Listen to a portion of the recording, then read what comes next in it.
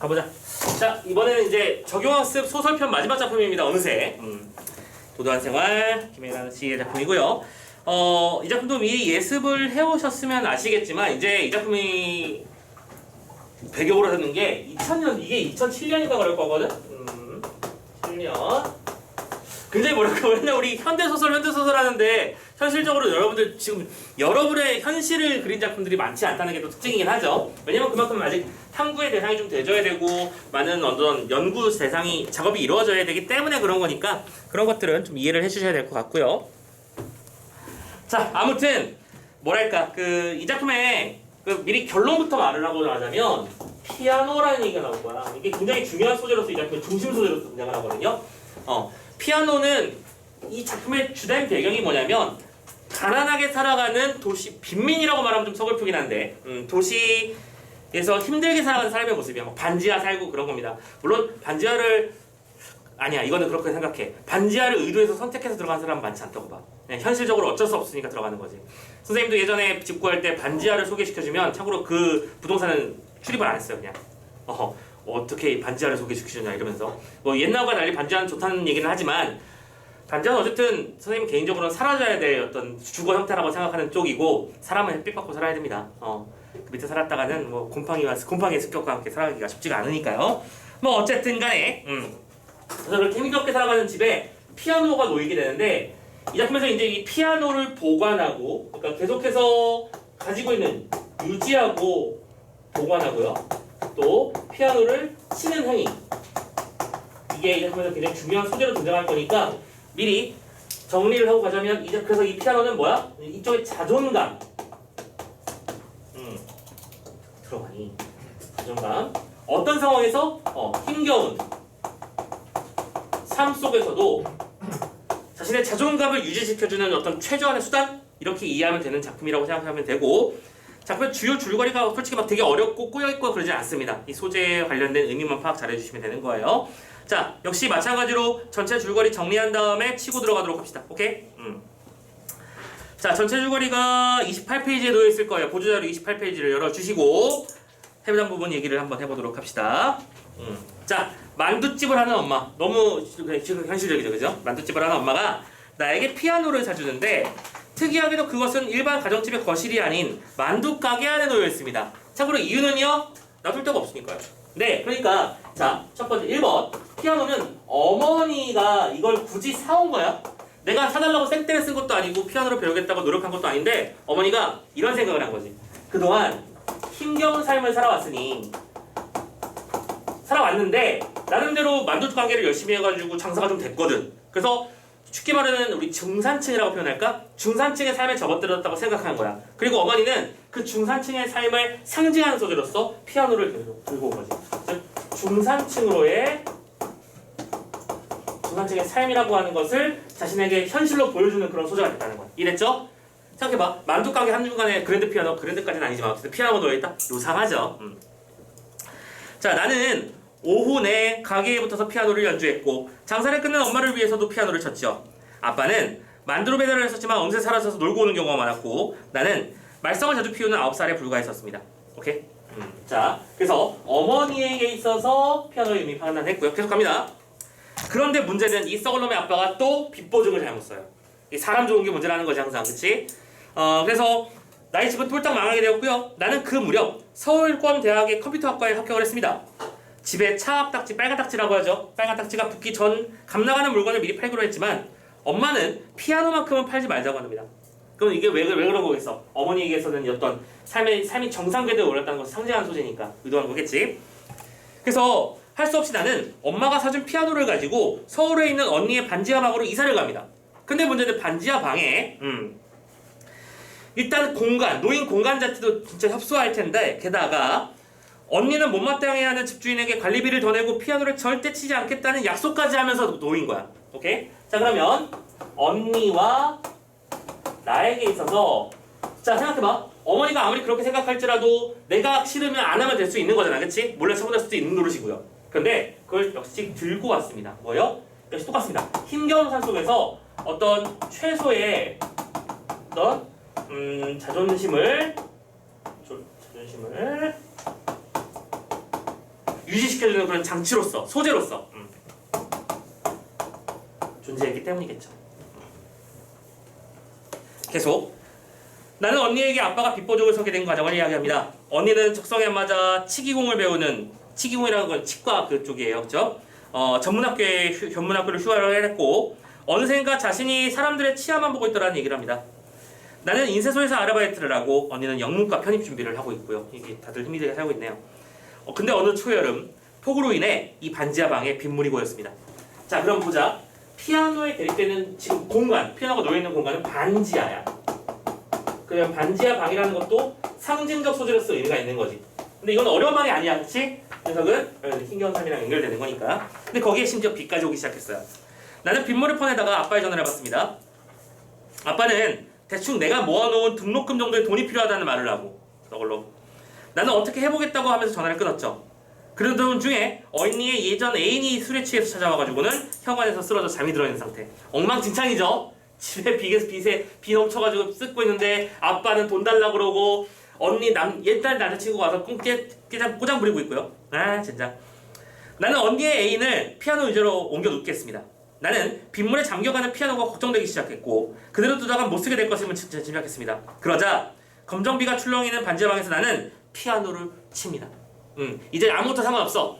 집에서 계약서 써가지고 못 치게 한 거 상관없어요. 지금 당장 내가 죽게 생겼거든. 그래서 이 힘겨운 상황 속에서 내가 선택한 행위는 뭐예요? 피아노를 친다는 거예요. 그래서 발목에 물이 잠긴 채 언니의 애인은 웃으면서 잠을 잡니다 라고 되어 있고요. 그럼 결론적으로 작품의 제목이 뭐였다? 도도한 생활이라고 했었잖아. 근데 얘들의 삶은 반지하라는 소재가 보여주는 것처럼 도도하다고 볼 수 없습니다. 맞죠? 생활은 반지하예요. 그런데 그 중에서도 그 도도함을 잃지 않는 것, 즉 피아노를 치는 행위는 자신의 어떤 자존감을 잃지 않기 위해서 노력하는 인물들의 모습이라고 볼 수 있겠구나 생각되시죠? 오케이. 오답들에다 만들고 있네. 잠깐만. 오케이. 자, 그래서 작품의 내용은 이 정도까지 정리를 하셨으면 됐겠고요. 우리 지문 부분 조금 읽어보도록 합시다. 가자. 참고로 이 작품 같은 경우에는 저기 뒤에 미리 말씀드리지만 27페이지 첫 번째 부분 보이니? 서수상 특징 파악이라는 말 보이죠? 요거 좀 잘 체크해 놓으셔야 돼요. 물론 모든 작품의 서수상 특징은 다 중요한 겁니다. 근데 이 작품 같은 경우에는 사물의 내면을 투영한다. 굉장히 좋은 말이죠. 멋진 말이죠. 그죠? 어떤 대상을 통해 자신의 심리를 드러내는 그런 투영의 소재를 우리는 참고로 시에서 객관적 상관물이라는 이름으로 배웠을 겁니다.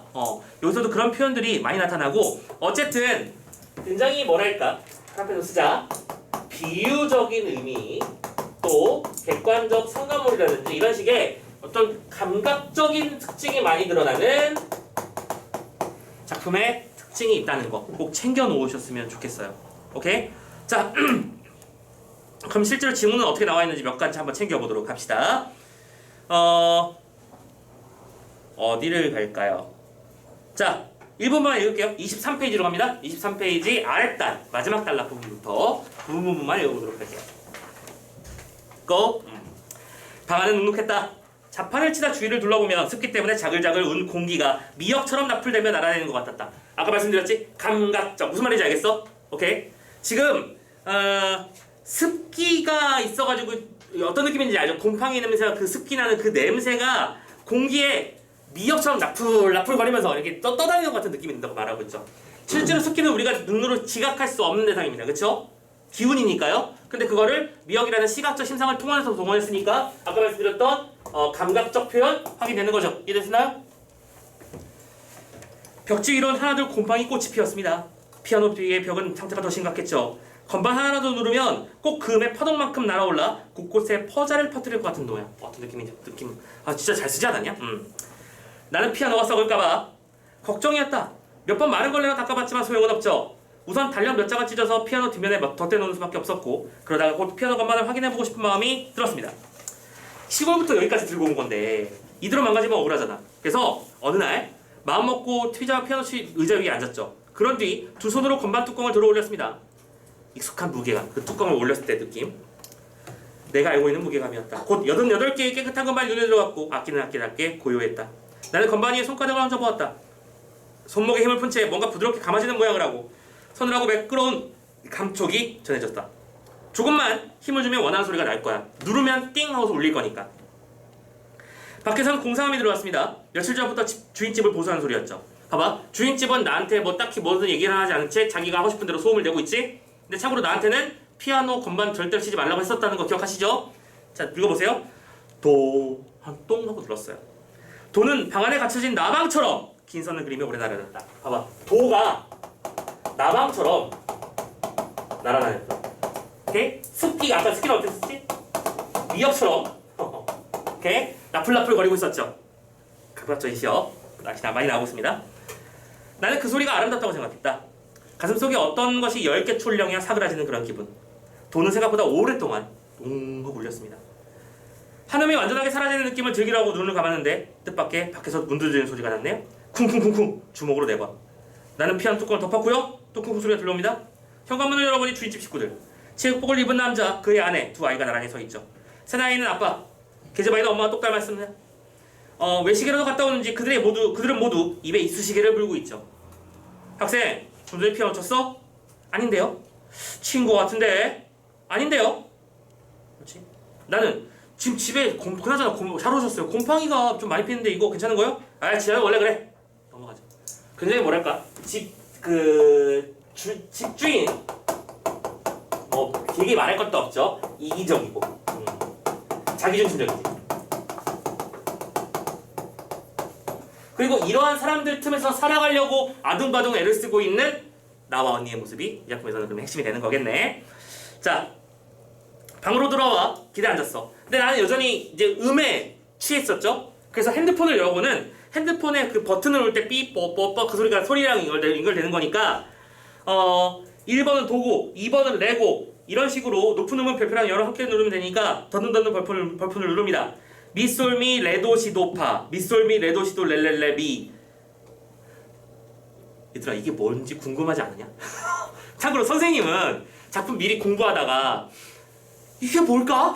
그래서 궁금해서 그 아이폰에 그 게러지 밴드라는 앱 있잖아. 그걸로 다 쳐봤어. 근데 정확하게 이거랑 똑같은 거 못 찾았고요. 근데 이 노래 있잖아요. 여러분들 그 칠공주라는 옛날 꼬꼬마들 그 노래 혹시 아나요? 딴따다다다다다단 그 노래 있잖아. 그 노래랑 굉장히 비슷해요. 근데 완벽하게 똑같진 않더라고. 음이 좀 달라. 미묘하게 한음만 다른데 아무튼 그런 노래인 것 같아. 모르겠어. 선생님이 멋진 클래식을 놓고 이딴 소리 하고 있는 건지 모르겠지만 아무튼 알게 뭐야. 자, 노래를 불렀습니다. 원래 그렇다는 말 같은 거 왠지 나쁘다는 생각이 들었죠. 자, 그러다가 저녁부터 폭우가 내렸다. 그리고 이게 되게 당연한 얘기인데 보통 이런 폭우는 결론적으로는 소설 속에서 배경의 기능을 하고 배경의 일반적인 기능은 뭐거든? 작품의 분위기를 형성하고 앞으로 벌어질 사건을 암시하는 기능을 한다는 정도는 다 알고 있잖아. 그치? 반지하 플러스 폭우 감 잡히죠? 오케이. 불길한 사건이 일어날 것을 암시하는 거 확인됩니다. 언니는 그 와중에 아르바이트 때문에 늦는데요. 꼭 이럴 때 일이 벌어지죠. 그죠? 벌써 퇴근해야 되는 시간인데 정산을 잘못한 모양이고요. 오케이. 계산기를 막 두들기면서 열심히 반복 작업을 하겠지. 나는 만두라면을 먹으면서 연속극을 보고 있었다. 볼륨을 한껏 높였는데도 배우들 목소리가 들리지 않아. 그럼 무슨 소리야? 빗소리가 그만큼 세차고 강하게 밀려온다는 얘기입니다. 리모컨을 잡으니까 웬 축축해? 뭐지 이건? 빗물이야. 잠깐만, 리모컨은 발바닥에 놓여 있었으니까 지금 방바닥에 물이 들어오고 있는 거구나. 확인됐죠? 현관부터 물이 새고 있었다. 이물질이 잔뜩 섞인 새까만 빗물. 그치? 참고로 그 길바닥에 버려져 있을 수많은 오물과 사람들의 가래침과 아우 생각만 해도 끔찍하죠? 그 물들이 지금 우리 집 바닥으로 들어오고 있는 중입니다. 벽면은 검은 눈물을 뚝뚝 흘리는 누군가의 얼굴 같았다. 참고로 이 장면도 중요한 장면이죠. 벽면은 검은 눈물을 흘린다. 눈물을 흘리는 누구 같았다. 이때 검은 눈물이라고 하는 건 실은 누구의 마음을 조금 대변한 표현이겠지? 이 작품에 나에 대한 얘기를 해주는 거겠죠? 판단하는 데 어려움 없습니다. 그러면서 허둥지도 언니에게 건전을 걸었고 언니는 담담합니다. 몇 번 그런 일 있어. 거래로 닦아야 된다. 그 소리밖에 없죠. 왠지 섭섭하면서도 안심이 됩니다. 그렇지? 그래서 양말을 벗고 가지를 벗고 막 열심히 닦아요. 열심히 닦으면서 정리를 하다 보니까 뭐예요? 어른이 된 느낌도 들고 하지만 닦고 나니까 또 그 자리에 물이 고여 있고. 이 참고로 이제 남학생들 이제 나중에 군대 가서 눈수로 보면 딱 이 느낌이 들 거예요. 열심히 눈을 다 쓸고 나면 뒤를 딱 돌잖아. 그럼 눈이 그만큼 또 쌓여있다. 그럼 가서 또 쓸고 하루가 그렇게 흘러갑니다. 네, 그랬어요. 참고로 군대에서 눈 쓰는 것도 너희들 생각하는 것만큼 되게 무식하게 쓰지 않아요. 체계적으로 임무가 분담되어 있습니다. 굉장히 중요한 일이기 때문에 특히 전방부대를 가는 친구들은 눈 쓰는 게 굉장히 중요한 책무야. 기본적으로 춥잖아, 그지? 그럼 눈이 쌓여서 조금만 지나면 얼면 어떤 일이 벌어지는 거야? 산길을 이렇게 올라다니면서 60 트럭이 우리한테 부자재, 식자재를 실어다 줘야 되는데 그게 막히는 거잖아. 아주 중요한 문제야. 이번에 러시아 군대도 지금 우크라이나에서 고전하고 있는 이유를 뭐라고 그래? 보급 문제나 보급 문제, 그지? 물론 대전차 파기 그런 것도 있지만 보급이 굉장히 크게 발목을 잡는데 군대에서는 보급은 곧 사기로 직결됩니다. 그래서 애들이 밥 못 먹는다 생각해봐. 우리 귀한 아들을 군대 보내놨는데 식자재가 없어서 정정을 못 먹었대. 열받잖아, 그지? 그래서 그것만은 아주 중요하게 챙겨요. 그럼 결론적으로 뭘 해야 되는 거야? 안 얼게 만들어야지. 그럼 안 얼게 만들려면 어떻게 하면 되는데? 계속 쓸면 돼. 눈이 오는 동안은 계속 이러고 있는 거야.